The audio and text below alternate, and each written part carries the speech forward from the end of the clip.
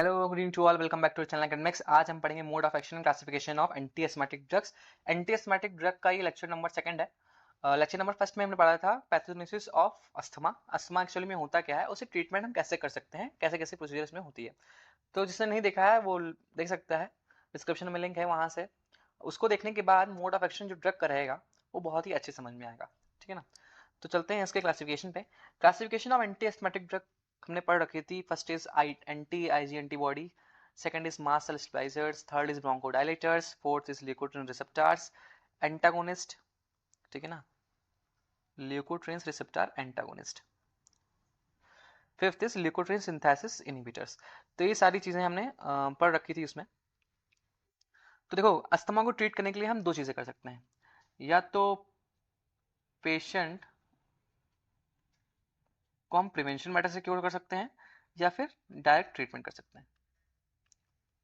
दो तरीके हैं, प्रिवेंशन एंड ट्रीटमेंट। दो चीजें, प्रिवेंशन एंड ट्रीटमेंट। तो प्रिवेंशन करने के लिए हमारे पास 4 टाइप्स की ड्रग है, एंड ट्रीटमेंट करने के लिए खाली एक टाइप की ड्रग है। तो 4 टाइप की ड्रग कौन सी प्रिवेंशन करने के लिए? First is anti IG antibody, second is mast cell stabilisers, third is leukotriene receptors antagonist, fourth is leukotriene synthesis inhibitors. But treatment करने के लिए खाली एक ड्रग है, दैट इज ब्रोंकोडायलेटर। ब्रोंकोडायलेटर कहाँ पे काम करेगी? ट्रैकिया एंड ब्रोंकाई पे काम करेगी। ट्रैकिया एंड ब्रोंकाई पे काम करेगी, रिलैक्सेशन कॉज करेगी इसमें। अस्थमा में क्या होता है कि जो ट्रैकिया एंड ब्रोंकाई होते हैं बहुत ही कॉन्स्ट्रिक्टेड होते हैं। मतलब जो उनका ल्यूमन रहता है, बहुत ही कॉन्स्ट्रिक्टेड, हो जाता है। इसको रिलैक्स करने का काम करेगी, इससे एयरवेज बहुत ही क्लियर हो जाएगा और ब्रीथिंग प्रॉब्लम पेशेंट को नहीं होगी।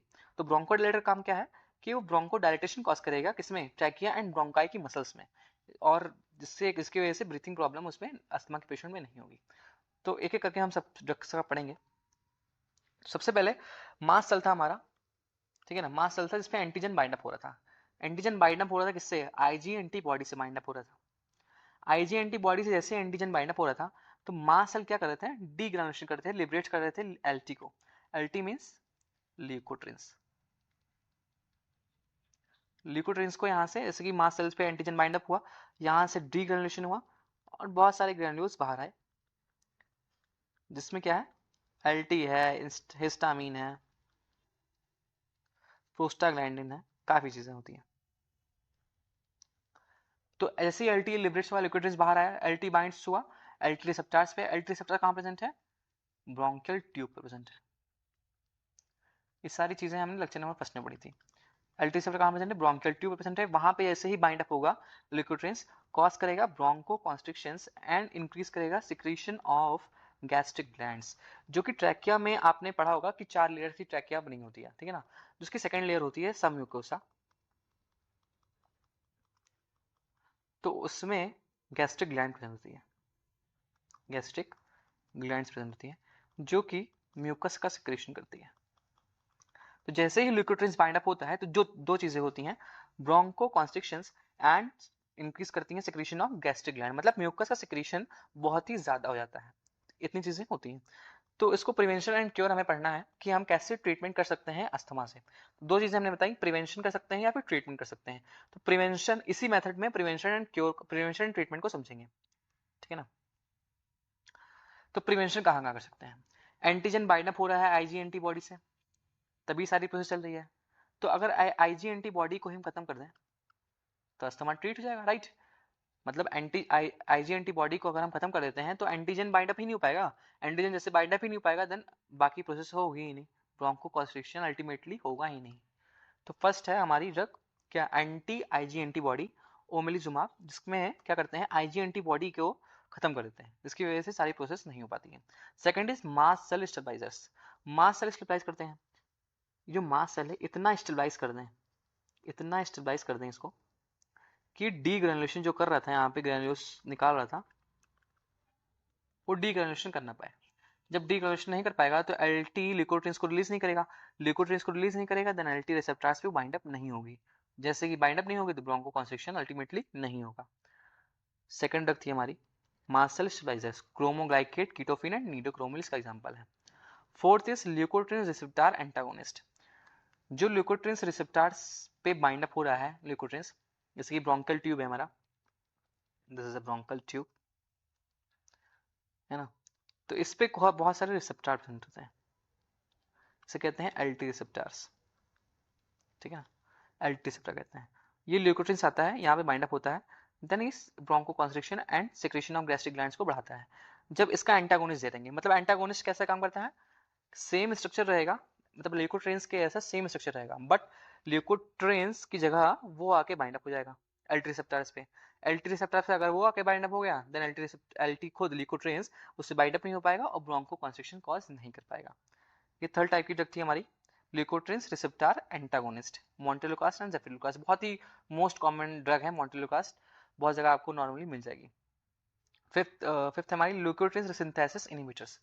जो मास सेल के अंदर ल्यूकोट्रिन्स बैठ रहा है, मास सेल के अंदर ल्यूकोट्रिन्स है ना, तभी तो यहाँ पे डीग्रेनुलेशन हो रहा है, तभी ल्यूकोट्रिन्स बाहर आ रहे हैं। अगर इसका सिंथेसिस मास सेल के अंदर हम इनहिबिट कर दें, सिंथेसिस मास सेल के अंदर ल्यूकोट्रिन्स का हम इनहिबिट कर दें, तो अगर इसका डीग्रेनुलेशन होता भी है, ब्रश करती है, यहाँ पे एंटीजन बाइंड अप होता है आईजी एंटीबॉडी से, ब्रश करती भी है, डीग्रेनुलेशन होता है, बट वो एलटी जो ल्यूकोट्रिन्स है वहां से निकलेगा नहीं पाएगा, बिकॉज उसका सिंथेसिस मास सेल के अंदर हुआ ही नहीं है।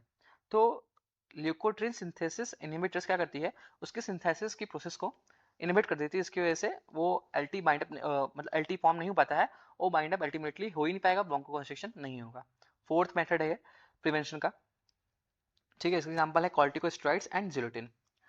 एंड ट्रीटमेंट के लिए हमारे पास एक ड्रग थी खाली, ब्रोंकोडायलेटर्स, जो कि ब्रोंकोडायलेटेशन कॉज कराएगी ट्रैकिया एंड ब्रोंकाई की मसल्स में, ठीक है ना, एंड रिलैक्सेशन कॉज करेगी, ब्रोंको डायलेटेशन कॉज करेगी। एग्जांपल है साल्बुटामॉल्स, इप्राट्रोमिन ब्रोमाइड एंड थियोफाइलिन, ठीक है ना। अब एक एक करके इसका जो मोड ऑफ एक्शन है वो डिटेल में पढ़ते हैं, बहुत ही अच्छे से समझ में आएगा। चलते हैं पहले ल्यूकोट्रिन सिंथेसिस इनहिबिटर्स में। ल्यूकोट्रिन सिंथेसिस इनहिबिटर मतलब क्या हो रहा है, ल्यूकोट्रिन की सिंथेसिस को वो ब्लॉक कर रहा है ना। तो ल्यूकोट्रिन सिंथेसिस इनहिबिटर का एग्जांपल था हमारा, यहाँ पे लिखा है कॉर्टिकोस्टेरॉइड्स एंड जिलोटिन। तो आपने आर्कोडोनिक पाथवे पढ़ा होगा, किसमें, एंटी इन्फ्लामेटरी ड्रग्स में आर्किडोनिक पाथवे था, जो कि फॉस्फोलिपिड्स की मेम्ब्रेन होती है, जैसे फॉस्फोलिपिड मेम्ब्रेन, उससे फॉस्फोलाइपेज ए के प्रेजेंट में आर्किडोनिक एसिड बनाती है। देन वो arachidonic acid cox and lox में चेंज होता है। Lox is lipoxygenase and cox is cyclooxygenase. मतलब आर्किडोनिक पाथवे में पढ़ा था ना कि सेल मेम्ब्रेन से यहाँ पे कोई दिक्कत हुई, मतलब इस कट वट लगा, हमने जब एंटी इन्फ्लेमेटरी में पेन के उसमें पढ़ा था, तो आर्कोडोनिक पाथवे पढ़ा था कि सेल मेम्ब्रेन्स में कोई कट लगी है ना, कोई कट लगी है, तो फिर ये मैकेनिज्म एक्टिव होता है। तो ऐसे ही मास सेल में ल्यूकोट्रिन्स बनने के लिए यही मैकेनिज्म, सेम मैकेनिज्म होता है। फॉस्फोलिपिड होता है, जो कि मास सेल का फॉस्फोलिपिड से ही बना है ना, ये सेल है, कोई भी सेल है, कोई भी सेल है, ये फॉस्फोलिपिड है, इससे फॉस्फोलिपिड। तो इससे फॉस्फोलाइपेज ए के प्रेजेंस से क्या बनेगा, आर्किडोनिक एसिड बनेगा, आर्किडोनिक एसिड बनेगा। आर्किडोनिक एसिड क्या बनाएगा, कॉक्स बनाएगा एंड 5 लॉक्स बनाएगा। Cox is cyclooxygenase and 5 lox is lipoxygenase. 5 lox जो होता है, दिस इज लॉक्स, लॉक्स बनाता है leukotrienes, this is the leukotrienes, जो कि बाइंड अप कहाँ हो रहा था, ल्यूकोट्रिन्स रिसेप्टर्स पे हो रहा था एंड ब्रोंको कॉन्स्ट्रिक्शन कर रहा था। ये तो हो रहा था। जब ये 5 लॉक्स को सीधा कोई इनहिबिट कर रही है, जिलोटिन की ड्रग्स होती हैं, देखो ल्यूकोट्रिन सिंथेसिस इनहिबिटर में दो टाइप की ड्रग हैं, corticosteroids first is and second is zileuton. तो कॉर्टिकोस्टेरॉइड्स क्या करती है, फॉस्फोलाइपेज को ही इनहिबिट कर देती है, दिस इज द इनहिबिशन का साइन है ये। कॉर्टिकोस्टेरॉइड्स क्या करेगी, इस डायरेक्ट ही फॉस्फोलाइपेज को ही इनहिबिट कर देगी, जिसकी वजह से क्या होगा, आर्किडोनिक एसिड ही बनेगा। आर्किडोनिक एसिड नहीं बनेगा, देन कॉक्स भी फॉर्म नहीं होगा, लॉक्स भी फॉर्म नहीं होगा, जिसकी वजह से ल्यूकोट्रिन्स भी फॉर्म नहीं होगा, एंड देन प्रोस्टाग्लैंडिन्स भी फॉर्म नहीं होंगे, थ्रोम्बोक्सिन भी फॉर्म नहीं होगा, मतलब कुछ भी फॉर्म नहीं होगा। तो ये हमें नहीं चाहिए, इसीलिए लाइपोऑक्सीजनेस की जो ड्रग है जिलोटिन, ये 5 लॉक्स को ही इनहिबिट करती है, मतलब लाइपोऑक्सीजनेस को आके इनहिबिट करेगी, जिसकी वजह से अल्टीमेटली ल्यूकोट्रिन्स फॉर्म नहीं होगा। ल्यूकोट्रिन्स फॉर्म नहीं हो रहा है, देन ल्यूकोट्रिन्स रिसेप्टर से बाइंड अप नहीं करेगा एंड कॉन्स्ट्रिक्शन कॉज नहीं करेगा। ये इसका मैकेनिज्म ऑफ एक्शन है, ठीक है ना। Corticosteroids inhibits directly phospholipase A, that is this is, and zoltin inhibits 5 blocks, 5 blocks को inhibit कर रही है. So in both cases ultimately leukotrienes does not form. does कोई मतलब दोनों ही केस में अगर कॉर्टिकोस्टेरॉइड्स भी हम दे रहे हैं या फिर जिलोटिन दे रहे हैं, दोनों केस में क्या होगा, ल्यूकोट्रिएंस फॉर्म नहीं होंगे, जिसकी वजह से कॉन्स्ट्रिक्शन की प्रोसेस नहीं होगी. तो इसका मोड ऑफ एक्शन किसका है, ल्यूकोट्रिन सिंथेसिस इनहिबिटर का है. ठीक है. सेकंड है हमारी ब्रोंकोडायलेटर की ड्रग. ब्रोंकोडायलेटर की ड्रग क्या थी, salbutamol, ipratropium bromide and theophylline. Salbutamol, ipratropium bromide and theophylline. जो सॉल्बुटामॉल होता है मेनली इसी का वो होता है पंप. पेशेंट अस्थमा पेशेंट के बाद आपने पंप देखा होगा. तो साल्बुटामॉल ही इसमें मेनली होता है क्योंकि ब्रोंको डायलेशन का करता है और ये बहुत ही कह सकते हैं कि सीवियर कंडीशन में दिया जाता है. ठीक है ना, बहुत ही सीवियर कंडीशन में से दिया जाता है साल्बुटामॉल का स्प्रे. तो ब्रोंकियल वॉल्स हैं, this is a walls, this is a ल्यूमन्स. ठीक है ना, this is a lumen and this is a bronchial wall. तो ये दो चीजें करेगी ब्रोंकियल वॉल, दो चीजें करेगी, या तो रिलैक्सेशन करेगी एंड या तो कॉन्स्ट्रिक्ट करेगी. ठीक, दो चीजें करेगी, रिलैक्सेशन करेगी या तो कॉन्स्ट्रिक्ट करेगी. ठीक, तो रिलैक्सेशन किसकी वजह से कर रही है, कैम की वजह से कर रही है. ठीक है ना, कैम की वजह से, this is cyclic MP. And constrict किसकी वजह से कर रही है, ल्यूकोट्रिएंस की वजह से कर रही है, एडेनोसिन की वजह से कर रही है, एसिटाइलकोलिन की वजह से कर रही है. ये मेन मतलब नॉर्मल है कि ब्रोंकियल वॉल जो होती है वो दो चीजें करेगी. First is relaxation, second is constriction. Relaxation किसकी वजह से हो रहा है, कैम की वजह से हो रहा है, साइक्लिक एमपी की वजह से हो रहा है. एंड कॉन्स्ट्रिक्शन किसकी वजह से हो रहा है, ल्यूकोट्रिएंस की वजह से हो रहा है, एडेनोसिन की वजह से हो रहा है एंड एसिटाइलकोलिन की वजह से कॉन्स्ट्रिक्शन हो रहा है. तो इसी के बेसिस पे हम इसका मोड ऑफ एक्शन पढ़ेंगे ड्रग का. देखो, ब्रोंकियल टोन है हमारा, this is the bronchial tone. First is relax कर रही है एंड सेकंड इज कॉन्स्ट्रिक्ट कर रही है. या तो रिलैक्स करेगी या तो कॉन्स्ट्रिक्ट करेगी. तो रिलैक्स किसकी वजह से कर रही थी, कैम्प की वजह से कर रही थी. राइट, कैम्प की साइक्लिक एमपी की वजह से कर रही थी. तो कैम्प को फॉर्मेशन कौन करता है, कैम्प का फॉर्मेशन एडेनाइल साइक्लेज करता है. This is adenyl cyclase. और इसका डिस्ट्रक्शन कौन करता है, कैम्प का फॉस्फोडाइस्ट्रेस पीडीई करता है. तो फॉस्फोडाइस्ट्रेस डिस्ट्रक्शन कर रहा है एंड एडेनाइल साइक्लेज का फॉर्मेशन कर रहा है, सिंथेसिस कर रहा है. अगर कोई ड्रग है हमारी, है ना, कोई भी ड्रग हम इसको ट्रीट करने के लिए देना चाहें कि वो रिलैक्सेशन ही कॉज करे, है ना, रिलैक्सेशन ही कॉज करे, तो कोई भी ड्रग है, तो अगर कोई भी ड्रग हमने दी जो एक्सिबिट कर रही है एडेनाइल साइक्लेज को, मतलब एडेनाइल साइक्लेज की फॉर्मेशन को या फिर उसके प्रोसेस को एक्सिबिट कर रही है, मतलब बढ़ा दे रही है. तो एडेनाइल साइक्लेज की प्रोसेस को बढ़ी, है ना, एडेनाइल साइक्लेज प्रोसेस बढ़ी, तो अल्टीमेटली कैम का जो रहेगा, कैम का सिंथेसिस वो अल्टीमेटली बढ़ जाएगा. जब कैम का सिंथेसिस बढ़ जाएगा तो रिलैक्सेशन ज्यादा कॉज होगा. राइट, रिलैक्सेशन ज़्यादा कॉज होगा. देखो ब्रोंकोडायलेटर्स में भी, ब्रोंकोडायलेटर में हम काफ़ी सारी ड्रग देते हैं या फिर रिलैक्सेशन के लिए दे रहे हैं. कोई ड्रग होगी जो कि रिलैक्सेशन कॉज करेगी, मतलब कैम को एक्सिबिट करेगी. ठीक है ना, कोई भी ड्रग हुई जो कैम को एक्सिबिट कर रही है, और कोई ड्रग होगी जो एलटी एंड एडेनोसिन्स को इनहिबिट करेगी. तो दो टाइप्स की इसमें भी ड्रग है, समझ में आया. तो ब्रोंकियल टोन रिलैक्स कर रही है एंड सेकंड कॉन्स्ट्रिक्ट कर रही है. तो हमने पढ़ा कैम्प को एडेनाइल साइक्लेज, कोई भी ड्रग है हमारी एडेनाइल साइक्लेज को एक्सिबिट करेगी, मतलब उसकी एडेनाइल साइक्लेज की जैसी प्रोसेस को बढ़ाएगी तो सिंथेसिस किसकी बढ़ जाएगी, कैम्प की बढ़ जाएगी. जब कैम्प की सिंथेसिस बढ़ जाएगी तो क्या होगा, रिलैक्सेशन ज्यादा होगा. तो रिलैक्सेशन के लिए भी दो टाइप के हम ड्रग्स दे सकते हैं. या तो कोई ड्रग्स हमने दी जो कि पीडीई को इनहिबिट कर रही है, मतलब डिस्ट्रक्शन कैम्प का ना हो पाए. जब डिस्ट्रक्शन कैम्प का नहीं हो पाएगा अल्टीमेटली उसकी जो अमाउंट है कैम्प की वो बढ़ती चली जाएगी. जब बढ़ती चली जाएगी तो वो रिलैक्सेशन कॉज करता रहेगा. ठीक है ना. तो एक तो पीडीई इनहिबिटर दे सकते हैं या तो फिर एडेनाइल साइक्लेज एक्सिबिटर सकते हैं. जो बीटा एगोनिस्ट होते हैं वो एडेनाइल साइक्लेज एक्सिबिटर होते हैं, मतलब एडेनाइल साइक्लेज के प्रोसेस को बढ़ाएंगे. एंड जो थियोफाइलिन होता है वो पीडीई इनहिबिटर होता है, मतलब पीडीई के जो कि प्रोसेस है उसकी पीडीई की वो डिक्रीज कर देगा. जब वो डिक्रीज कर देगा डिस्ट्रक्शन कैम्प का नहीं हो पाएगा. जब डिस्ट्रक्शन कैम्प का नहीं हो पाएगा तो अल्टीमेटली इसकी अमाउंट है वो इंक्रीज हो जाएगी, तो रिलैक्सेशन कॉज हो जाएगा. राइट. देन इसमें ड्रग आती है ब्रोंकियल टोन में जो कि कॉन्स्ट्रिक्शन कॉज कर रही है.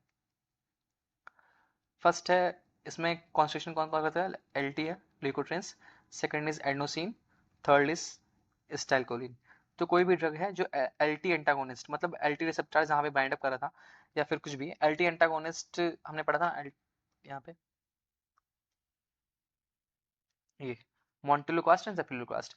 एंटागोनिस्ट की तरह काम करती है। रिसेप्टर एंटागोनिस्ट है, जब एल्टी एंटागोनिस्ट देंगे तो एल्टी रिसेप्टर को यहाँ पे इनहिबिट कर देगा, एल्टी रिसेप्टर को यहाँ पे इनहिबिट कर देगा। देन सेकंड है थियोफाइलिन, थियोफाइलिन किसको इनहिबिट करता है? एडेनोसिन को। एंड थर्ड है anti cholinergic drugs, anti cholinergic किसको इनहिबिट करेगी? एसिटाइल कोलिन को इनहिबिट करेगी, जिसकी वजह से कॉन्स्टिट्यूशन कर ही नहीं पाएंगे। एल्टी, एडेनोसिन एंड एसिटाइल कोलिन, जितने भी तीन की वजह से हो रहा था ना वो कॉन्स्ट्रिक्शन, तीनों को इनहिबिट कर देगी सारी ड्रग्स, तो इसकी वजह से कॉन्स्ट्रिक्शन हमारा नहीं हो पाएगा एंड रिलैक्सेशन बढ़ जाएगा। तो ये था ब्रोंकोडायलेटर्स का मोड ऑफ एक्शन। फिर से एक बार रिवीज करते हैं, रिवाइजन करते हैं। ब्रोंकियल टोन है, रिलैक्सेशन कर रही है, एंड सेकंड इज कॉन्स्ट्रिक्शन कर रही है। तो रिलैक्सेशन किसकी वजह से हो रहा है? कैम की वजह से हो रहा है। कैम का फॉर्मेशन कौन कर रहा है? Synthesize by adenyl cyclase and destructed by PD. तो ड्रग होगी जो इसको एडेनाइल साइक्लेज को एग्जिबिट करेगी, एंड ड्रग कोई होगी पीडी को इनहिबिट करेगी। ड्रग कौन सी है? बीटा 2 एगोनिस्ट, जो कि एडेनाइल साइक्लेज की प्रोसेस को एग्जिबिट कर रही है, बढ़ा रही है। थियोफाइलिन है, इनहिबिट कर रही है पीडी को, जिसकी वजह से कैम का फॉर्मेशन नहीं हो, कैम का डिस्ट्रक्शन नहीं हो पाएगा, जिसकी वजह से इसका अमाउंट जो है बढ़ जाएगा, अल्टीमेटली रिलैक्सेशन की प्रोसेस बढ़ जाएगी। सेम ऐसे ही है, अल्टी है, एडेनोसिन है, एसिटाइलकोलिन है, इनकी सारी की प्रोसेस इनहिबिट की जा रही है अल्टी एंटागोनिस्ट से, थियोफाइलिन से एंड एंटीकोलिनर्जिक से। तो थियोफाइलिन का दो जगह काम है। थियोफाइलिन क्या कर रहा है? एक तो इनहिबिट कर रहा है एडेनोसिन को, एडेनोसिन को भी इनहिबिट कर रहा है, एंड पीडीई को, फॉस्फोडाइस्ट्रेस को भी इनहिबिट कर रहा है। Theophylline is the most important drug. यहाँ पे drugs which exhibit the action of cAMP and drugs which inhibit the LT, adenosine and acetylcholine, two types of drugs हैं जो कि ब्रोंकोडायलेटेशन कॉज करेंगी, फर्स्ट एंड सेकंड। ठीक है, तो इसका मोड ऑफ एक्शन है किसका? ब्रोंकोडायलेटर्स का। इसका एग्जांपल है salbutamol, ipratropium bromide and theophylline. Okay, then आता है third is anti IG antibody omalizumab, जो हमने बताया this drug work against the IG antibody present on the surface of mast cell, जो कि मास्ट सेल पे हमें प्रेजेंट था। It neutralizes IG antibody, so antigen can not bind with IG antibody present on the mast cell, that is no bronchoconstriction occur, जो मैं पहले ही बता चुका हूँ। Fourth is mast cell stabilise, जो कि मास्ट सेल को बहुत ही स्टेबलाइज कर देगी, जिसकी वजह से जो ल्यूकोट्रिन्स रहेगा वो बाहर नहीं आएगा और रिसेप्टर्स पे बाइंड अप नहीं करेगा, कॉन्स्ट्रिक्शन नहीं होगी। Fifth is leukotriene receptor antagonist montelukast and zafirlukast, जो कि यहाँ पे रिसेप्टर्स पे बाइंड खुद हो जाएगा। जो एल्टी रिसेप्टर एंटागोनिस्ट है मोन्टेलोकास्ट, ये खुद जाके बाइंड अप हो जाएगा, तो बाइंड होगा तो कम्पीट करेगा ल्यूकोट्रिन से। ल्यूकोट्रिन से ऐसे कम्पीट करेगा जिससे ल्यूकोट्रिन यहाँ आके बाइंड अप नहीं हो पाएंगे और ब्रोंको कॉन्स्ट्रिक्शन अल्टीमेटली नहीं होगी। तो ये था पूरा lecture mode of action of drug, and इसका जो हमने फर्स्ट पढ़ा था पैथोजेनेसिस ऑफ डिजीज अस्थमा होता क्या है, ये सारी चीजें हमने 2 लेक्चर में पढ़ी है। दोनों का लिंक प्रेजेंट है और टेलीग्राम का भी लिंक प्रेजेंट है डिस्क्रिप्शन में, जाके आप वहाँ से PDF नोट्स ले सकते हैं। Thank you.